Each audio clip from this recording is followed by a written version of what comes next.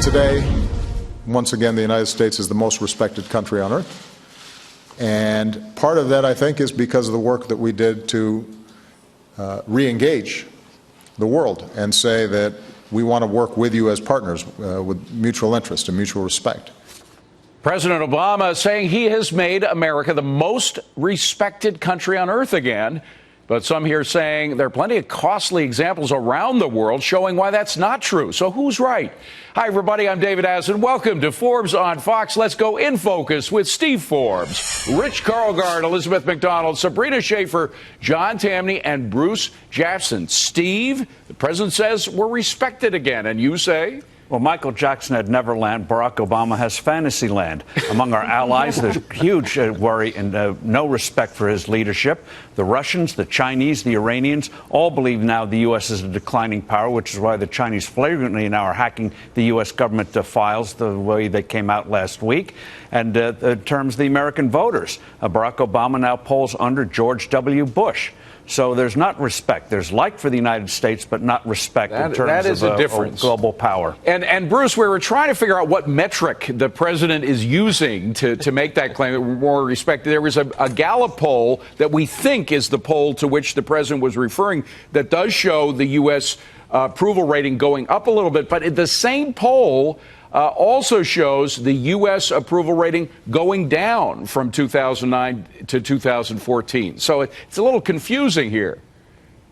Well, I think a poll that we should all consider when you talk about the respectometer is the very low bar that was the Bush and Cheney administration, for starters. But if you look at those countries that you flashed on the screen, I mean, they might not always like us, but they respect us. They're in on the nuclear talks with Iran with us. And also, we got a Pacific trade deal going on that's going to benefit potentially 40% of the world's economy. So I think we're doing pretty well. Well, but Rich, the question of respect is related to the question of trust. And people show their trust and respect by actions. We just had this meeting in the United States on ISIS, to which we invited all these Arab leaders, one of whom, the King of Bahrain, said, sorry, I can't come to that. I've got a more important date with the Queen of England at a horse show.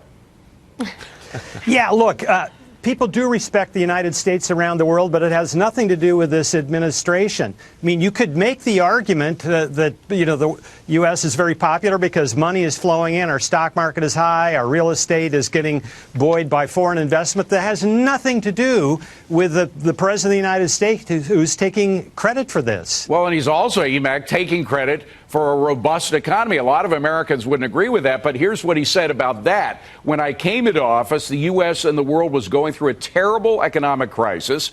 We ended up avoiding a terrible depression, his word, and within a year, the economy was growing again. So he thinks things are great. Listen, this is not the immaculate recovery by any means. Listen, it's so easy to flip the switch on $7 trillion in spending. That's what the president did. And the policies he's enacted have flatlined growth since then, the worst recovery since FDR. You know, this statement from the president reminds me of what he said in the past. You know, if you like your insurance plan, you can keep your plan. There's not a smidgen of corruption at the IRS. Hashtag my thoughts are facts, you know, whatever I say. But, you know, listen, the problem with the U.S. and the administration is it appears not serious about Cuba, not serious about blowing off the red line comment about Syria using chemical weapons. Right. And so, you know, respect is one thing. What we need, though, is to show that the United States is the leading light of freedom and democracy and free market economies around the world. Well, and Sabrina, specifically, the question that EMAC was alluding to, how many times has the president drawn a line in the sand, right, and whoever he's drawing that line for, they go over the line and we do nothing? I think of Syria. I think of Russia invading Ukraine. There are a lot of examples of that. Why should anybody respect us when we don't hold to our word? Well, right. I think that's exactly it. I think this concept of respect is one about leadership. And is this somebody who is principled and has a clear ideology and a clear sense of what he is doing as a leader? And I think that's why we're seeing that people aren't taking us as seriously. And if you look on the flip side, I actually looked at the Pew Research Center had a poll about our views of Netanyahu, the Israeli prime minister, and they were quite high. 40% have approval of him. I suspect they don't all like him, but they recognize that he is a principled leader, and that is what we're lacking right now here in America. Well, John, they say the only poll that matters is the vote on Election Day, which I tend to agree with. But I'm going to throw another one out there because while we had a pretty good jobs number on Friday, a lot of people still don't feel that the economy is doing well for them. 60% of Americans believe we're still in a recession. No, let's face it, we'd be much better off if President Obama had played golf every day of his administration. The economy would be booming right now. It's almost summer. But I do Right. think Give him time. It may happen before. That's right. We'd be better off. But we are the most respected nation on earth. And per Rich's point, it's not because President Obama. It's not because of President Bush. It has to do with the fact that despite our stumbles, we're still viewed as the place where individuals can achieve what maximizes their individual talents. People around the world want to live in the United States. They want to prosper here. What a shame that we're not as open to people in the way we are properly to foreign goods. Well, Steve, I think John makes a very important point. There are still people literally dying to get into the United States. So despite going down economically, down in the respect of others, et cetera, we are still that extraordinary nation, right? We're an extraordinary nation, and this president, unfortunately, has really hit some of the economic principles that have made us great. And that's why this upcoming election cycle, I think, is going to be a good one. You are going to see very radical and positive Reaganist tax proposals, health care proposals, monetary proposals to get America moving again, just as Ronald Reagan did in the 1980s. And I think that's what the world is counting on, the U.S. coming back again, as we always do. Bruce, after all this, do you still think that the president is on to something with this respect thing? I do. I think in the last 2 years, you should give him some credit on the Pacific trade deal. I mean, he is a lame duck president, and he could golf every day, I assume, but maybe that's what I would do. But he's pushing forward, and he's trying to Well, win hold on a Democratic second, Bruce. votes We for don't the even Pacific know trade deal. we don't even know what's in that trade deal.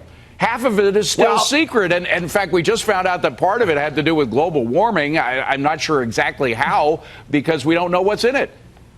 Well, no, you bring up a great point, but by and large, there are 18 countries, I think, that are involved in the deal, and I think that they want this to happen. So I think that forging ahead, the respectometer is going to go up if he can get it done, and we can see it. But Rich, you know, sometimes world leaders differ from the opinion of the people, and you look at what happened in Australia, by the way. We had a change of administration in Australia, which is a significant country, by the way, because of the people going against this whole climate change thing. That was the main reason why they changed leadership in Australia. So maybe a lot of these leaders who respect the president are out of touch with their people. Look, we all know that it's politically correct to say that you like President Obama, even if you don't ultimately have respect for him. So the underlying support that he has here at home and around the world is not nearly as strong as the polls might show or as he might think. Well, Emac, is he living in a delusion? Some people have used that word delusion to refer to what the president said. Like I said, I think he thinks his thoughts are facts. And so I think that's always been the problem with the president. By the way, I think 4 of the 6 Mideast leaders did not attend the president's meeting in Washington, D.C. Wow, that's a lot. They sent their seconds and everything. Yeah, they sent their seconds. Yeah. You know, I don't see people dying to get out of this country. That's the important point of this discussion, I think, is how respected the United States was even before President Obama came into office. John, if we get the right policies together, do you think that we could have a growth spurt that would make what we've seen over the past several years of our recovery look as pathetic as a lot of us here think it is?